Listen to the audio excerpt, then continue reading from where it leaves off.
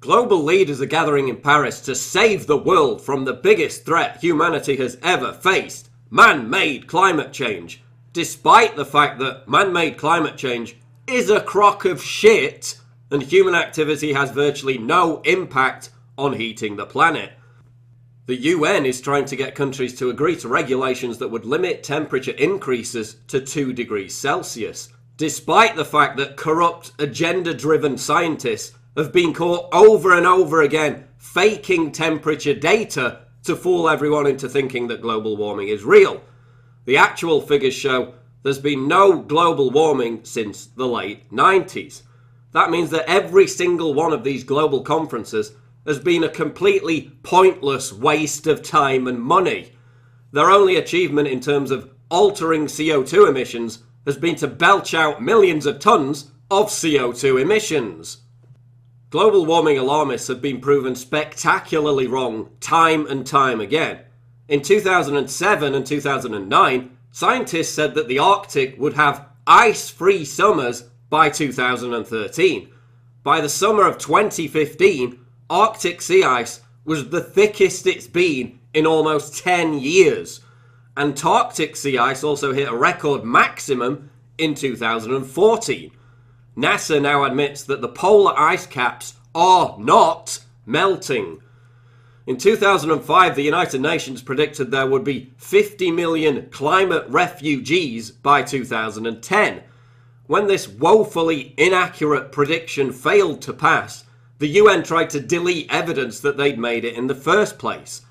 In 2003, the Pentagon released a report predicting that by 2013, climate change would flood California with inland seas and that parts of the Netherlands would be unlivable. In 2000, climate change alarmists said that it would cease to snow in Britain. In 2009, London had its heaviest snowfall in decades, and in 2010, the UK had its coldest winter since records began.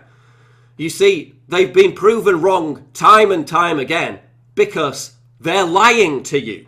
So why should we believe them now? As the leaked Copenhagen text revealed, the actual agenda behind these conferences is to stop developing countries from becoming prosperous and challenging the unipolar world order. Increasing CO2 emissions, a byproduct of capitalism, are directly linked to prosperity and higher quality of life. Capitalism has lifted hundreds of millions of people out of poverty in China and India since the 80s. Controlling CO2 emissions is a form of neo-imperialism.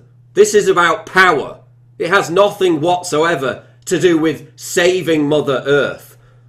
And in protesting against man-made climate change, socialists and environmentalists are actually ensuring that poor people in the third world remain mired in poverty.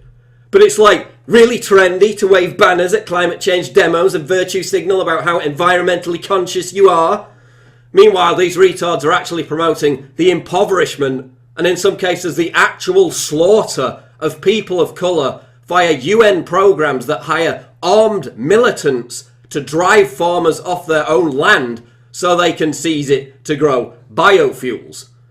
Programs to stop global climate change are also a complete waste of money and only serve to massively cripple economies.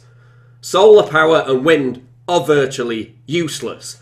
It takes 3 decades after installing solar panels just to get your money back. And wind turbines are even worse. They're ridiculously expensive and in many cases emit more CO2 than they save. America has enough oil to last for centuries and could even become a bigger producer than Saudi Arabia or Russia. Yes, we need to find alternative forms of energy, but ones that actually work. As Bill Gates said, renewable energy can't do the job. It's a total waste of money. Green subsidies should all be switched into research and development of technological breakthroughs, not wasted on pointless solar and wind power that is completely inadequate for the world's needs. Also note how these climate change alarmists move the goalposts every single time they're discredited. First they called it global warming, and then when global warming stopped, they called it climate change. Now it's extreme weather conditions, despite the fact that extreme weather conditions are becoming less extreme. And now, as a result of decreased solar activity, you know, that giant flaming ball of fire that global warming alarmists say has nothing whatsoever to do with climate change, we're actually about to enter into a new mini ice age, which is a shame because natural global warming actually produces a greener, more fruitful planet and increases the range and diversity of species. The good news is that polls show more and more people have stopped buying into this BS. And look, there are real environmental issues that we need to pay attention to. But man-made global warming isn't one of them. It's been demonstrably proven time and time again to be total horse shit.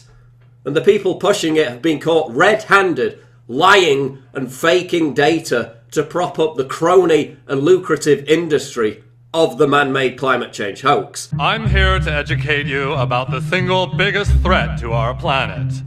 You see, there is something out there which threatens our very existence and may be the end to the human race as we know it.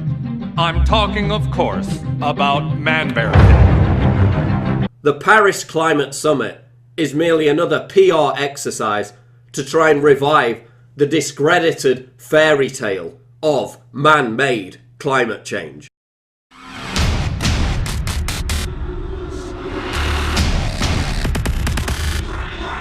What?